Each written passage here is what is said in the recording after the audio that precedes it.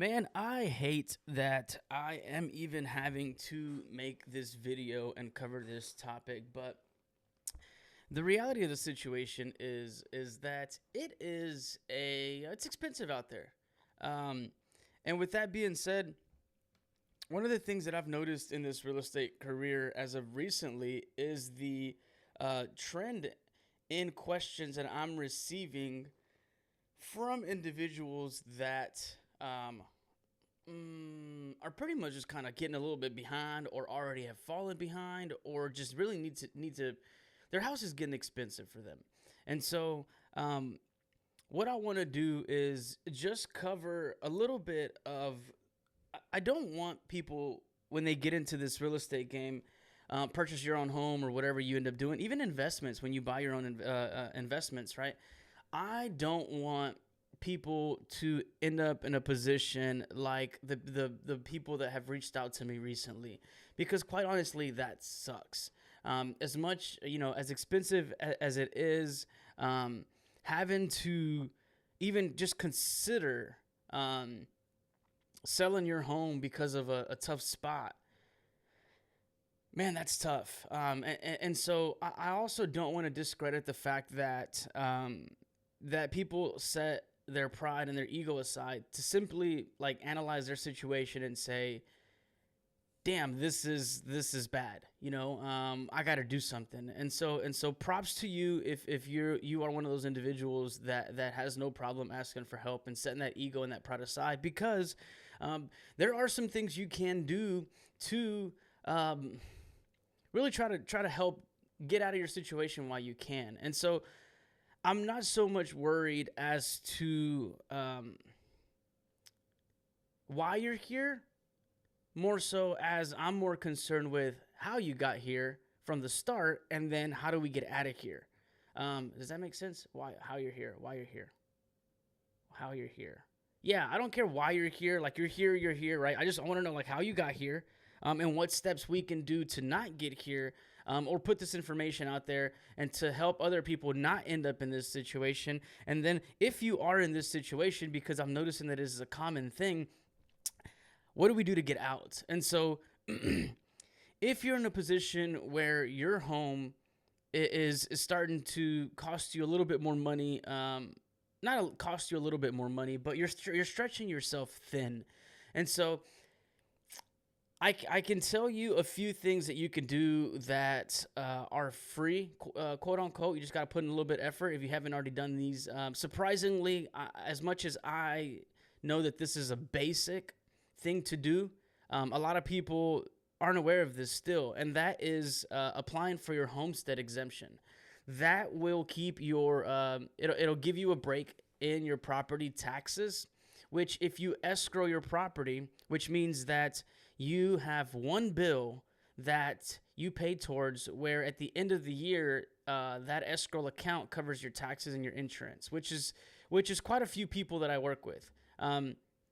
So that is one way that you can keep your property taxes down, which in turn keeps your payment down, because they're not having to accommodate the increase in your property taxes, because you applied for that little credit. Homestead is pretty much a tax break that they give you because you were utilizing this property as a primary residence. And so it is a free thing that you can do while you're under the age of 65, to get a little break in like I said, in your property taxes. And so with that, the next thing you can do is dispute your property taxes. And so I want to say it's probably around that February, March timeframe. I think the deadline's usually like in June or July. I can't remember. But sometime at the beginning of the year, the county assesses or sends out a assessed value on our properties.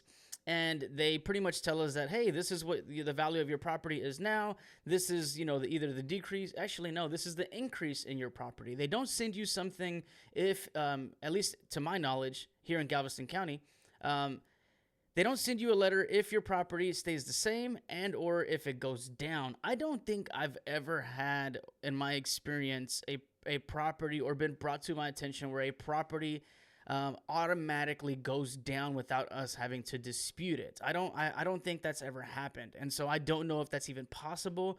I don't have that experience in that field, so I really wouldn't know, but I'd be curious to know, right? And so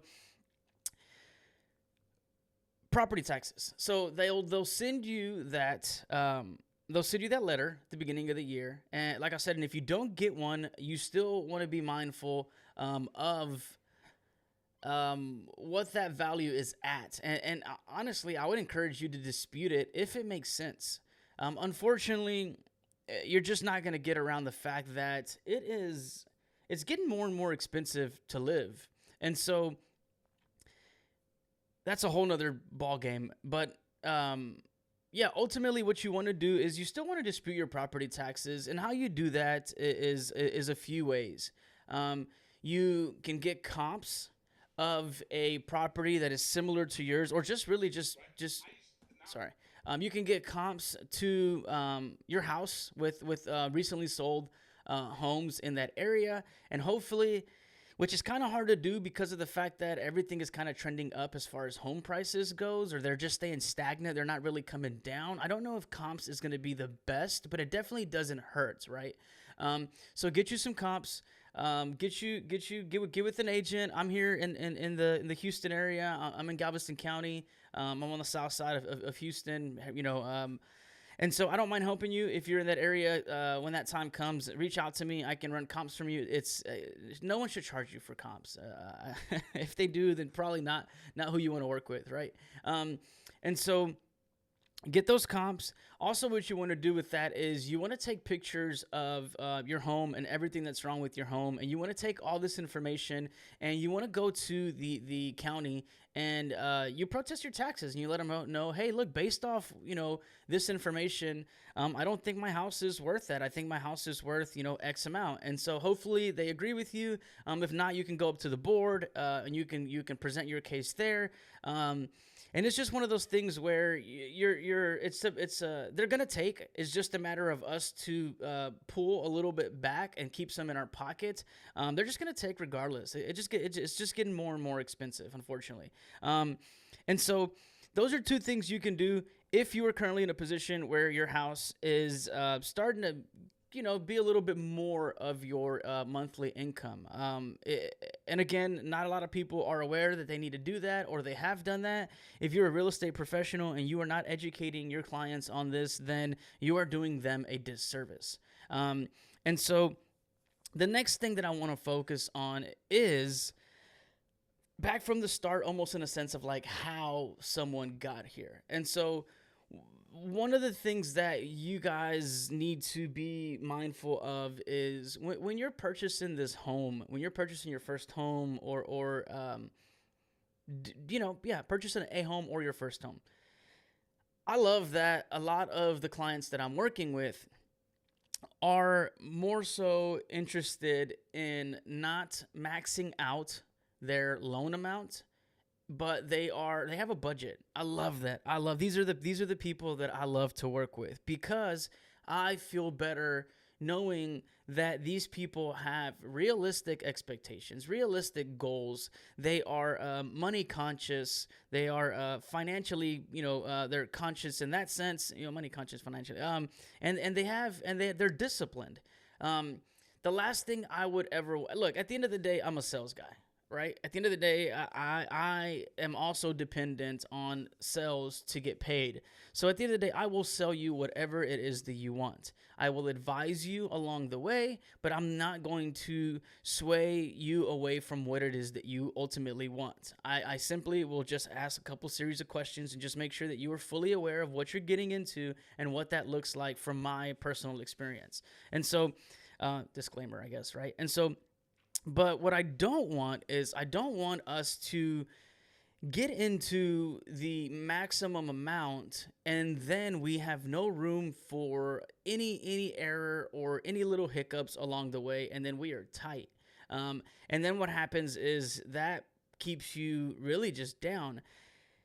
I want you to be mindful of this. There are a lot of fences still down from the hurricane, because unfortunately, some people just don't have the means to expense a matter like that. And so it's just the reality of it. I get calls all the time where people are kind of tight and they're playing with the idea of selling their home because it's gotten really expensive for them, and everything around them is just pulling financially. And so it's a tough situation, and I almost wonder, from the very beginning, did they max out their loan amount, and did they get at the highest approval odds, when in reality, I mean, let's be honest with ourselves, your first home is probably not going to be your last home. And so just find you somewhere to live where it's a little bit more than enough, and you can grow into it. And so yeah, I just don't want you guys to get into something way over your head from the very beginning, and then you end up in the situation that I'm currently dealing with now. I don't want that. I don't like that. I don't want anybody to ever have to go through that. And so those are the things that I would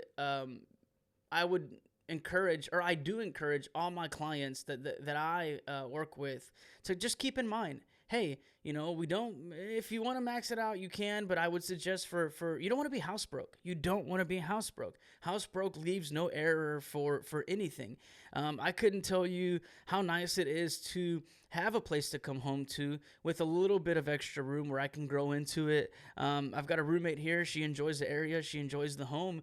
And so we are able to do, kind of as we please. We can move as we please. We have a little bit of extra funds for things things here and there. So it's nice to be able to do that. And so with that being said, that's it. That's just my pieces of advice. If you're getting ready to buy a home, be mindful that you don't go house broke and you don't buy something more than you need just because you're emotionally excited about it. Unless you're in a position where money is not an option and you're good. There's always going to be those people. And if you're in that position, then power to you. Congrats, at this particular situation and in life you're winning here. Happy for you. If you're not in that position, that's okay too. Let's just not go house broke. Let's not get ourselves in a bind overextending our finances. And if you are in a position where your house is starting to become something that is a little bit of a financial pressure on you, set your ego and your pride aside and ask for help and reach out. Or look at your daily habits. What are we doing? Are we going out to eat all the time? Are we partying? Do we have the nicest clothes, the nicest this, the nicest cars? You might have to sell a car. Take it from someone that's decluttered his life to be able to commit to this goal. And so to this career that I have for myself. And so I don't have the cars anymore.